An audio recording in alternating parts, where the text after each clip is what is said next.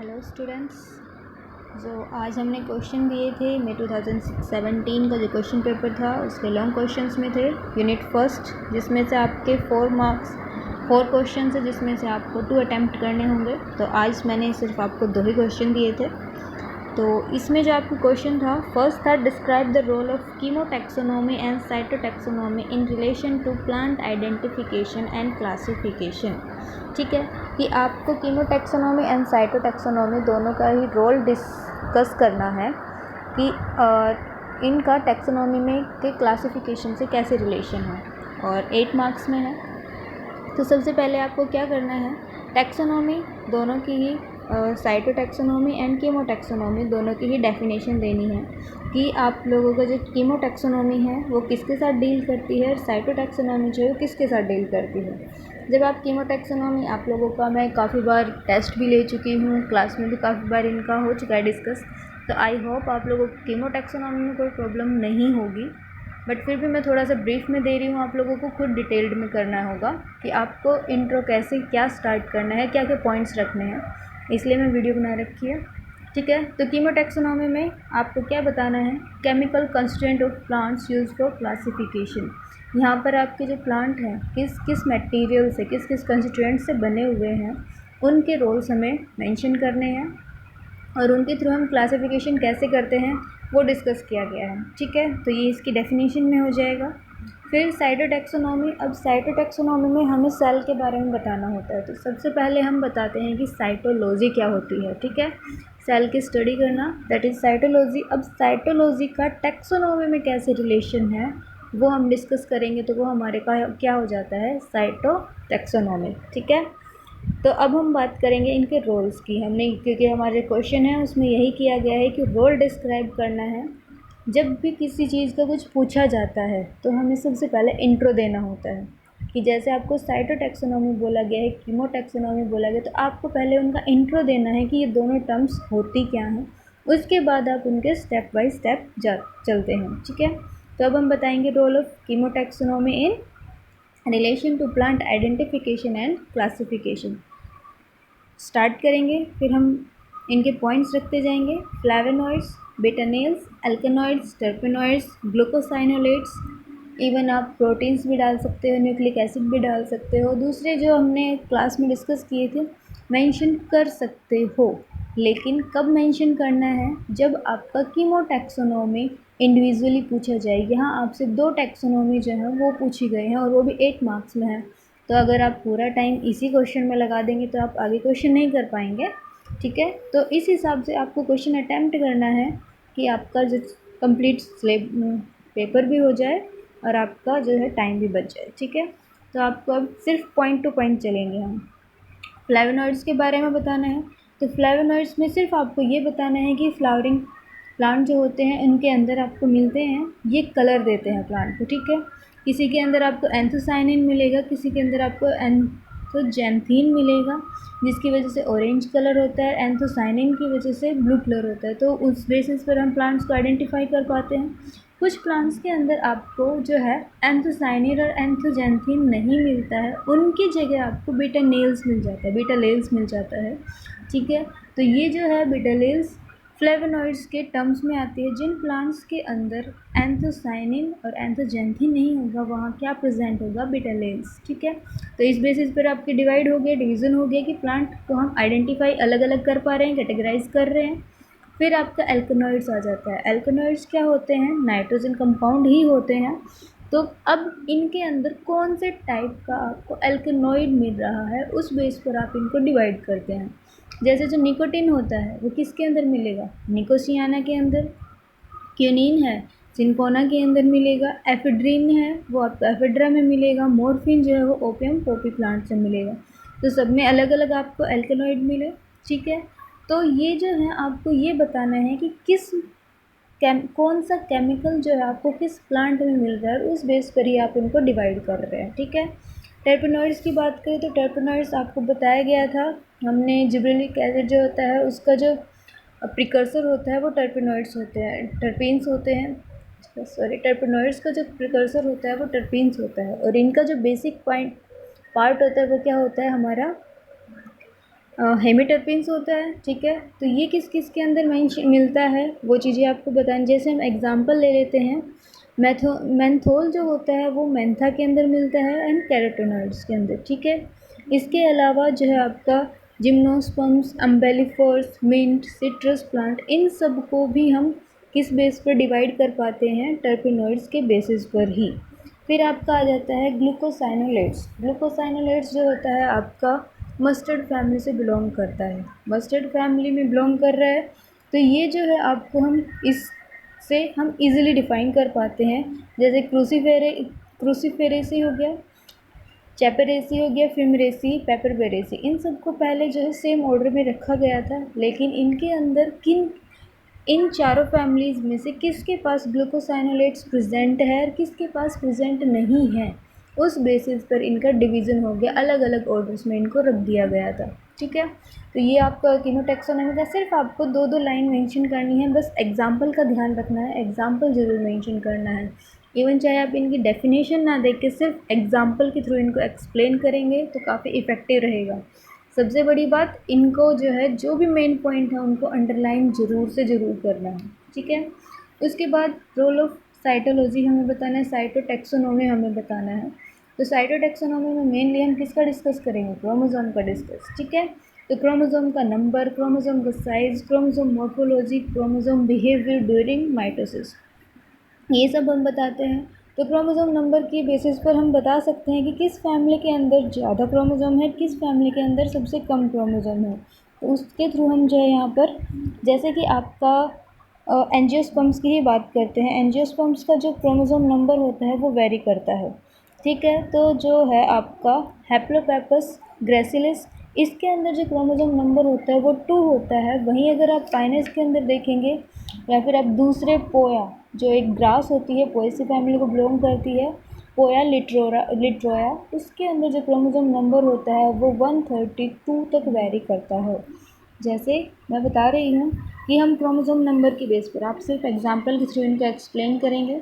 तो सबसे कम नंबर जो है आपको क्रोमोसोम नंबर 2, वो किसमें मिलता है आपको, हमने अभी बताया हैप्लोपेपस ग्रेसिलिस, ठीक है, सबसे कम। और वहीं सबसे ज़्यादा जो है वो मिलेगा 132 पोया ग्रास के अंदर। पोया जो है ग्रास है, पोएसी फैमिली को बिलोंग करती है, ठीक है। तो अब ये एग्जांपल लेंगे और इसके थ्रू हम यहाँ पर जो है इन दोनों फैमिलीज़ को अलग कर दिया। हैप्लोपेपस जो है एस्ट्रेसी फैमिली को बिलोंग कर रहा है, वहीं जो पोया जो है वो पोएसी फैमिली को बिलोंग कर रहा है, ठीक है।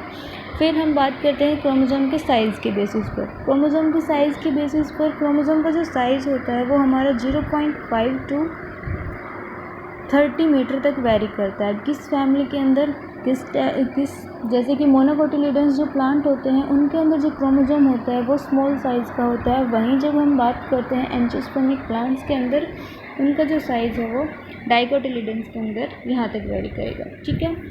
हम कंपैरिजन करें तो मोनोकोटिलिडन्स के अंदर क्रोमोसोम का साइज़ छोटा होगा, वहीं जो आपके डाइकोटिलिडन्स हैं उनके अंदर क्या होगा, लार्ज साइज़ का होगा, ठीक है। तो इस तरीके से आपकी क्रोमोसोम नंबर एंड साइज़ हो गया। फिर क्रोमोसोम की मॉर्फोलॉजी आ जाता है। क्रोमोसोम की मॉर्फोलॉजी में आप मेनली किसकी बात करेंगे, सेंट्रोमियर की। सेंट्रोमियर के बेसिस पर क्रोमोसोम 4 टाइप्स के हैं, ठीक है। मेटासेंट्रिक, एक्रोसेंट्रिक, टीलोसेंट्रिक एंड सब मेटासेंट्रिक, ठीक है। तो उस बेसिस पर इनको डिफाइन करेंगे उनकी किसके अंदर किस टाइप का जो है क्रोमोसोम प्रेजेंट है, किस फैमिली के अंदर कौन से नंबर पर क्या आया हुआ है। तो वो उस बेसिस पर हम इनको करेक्टराइज कर देते हैं कि अलग अलग हो सकता है, ठीक है। क्रोमोसोम का बिहेवियर मतलब कि आप क्रोमोसोम के अंदर क्रॉसिंग ओवर है, ब्रिज बना हुआ है, या फिर उनकी नॉन पेयरिंग हुई है, क्या क्या चीज़ें उनके अंदर या फिर आप बोल सकते हो मेयोसिस के टाइम पर उनके अंदर जो जो म्यूटेशंस हुई हैं उनके बेसिस पर भी उनको अलग अलग किया गया है, ठीक है। सिर्फ आपको इनमें दो दो लाइनें ही लिखनी है क्योंकि आपको अभी दोनों टैक्सोनॉमी आपको डिस्कस करनी है, साइटो भी और कीमो भी, ठीक है। तो इस हिसाब से करना है कि आपका क्वेश्चन कंप्लीट अटेम्प्ट हो जाए। फिर उसके बाद आपका जो सेकंड क्वेश्चन है वो था हमारा what is binomial nomenclature and discuss briefly some major rules of international code of botanical nomenclature। Binomial nomenclature क्या होता है और उसके इंटरनेशनल कोड के जो बोटानिकल नोमेनक्लेचर है उसका हमें रूल्स बताने हैं, ठीक है। तो अब हम बात करते हैं इंटरनेशनल बायनोमियल नोमेनक्लेचर होता क्या है। तो इंट्रो की बात करेंगे। सबसे पहले जो है आपके कैस्पर बोहिन जो साइंटिस्ट थे 1623 के अंदर, उन्होंने इंट्रोड्यूस किया था बायनोमियल नोमेनक्लेचर को। आप जो है इन चीज़ों को ग्राफिकली रिप्रेजेंट करेंगे तो जो एग्जामिनर है उसके लिए इजी रहेगा कि आपकी नॉलेज को चेक करना। ठीक है, तो वो ऐसे कर सकते हैं।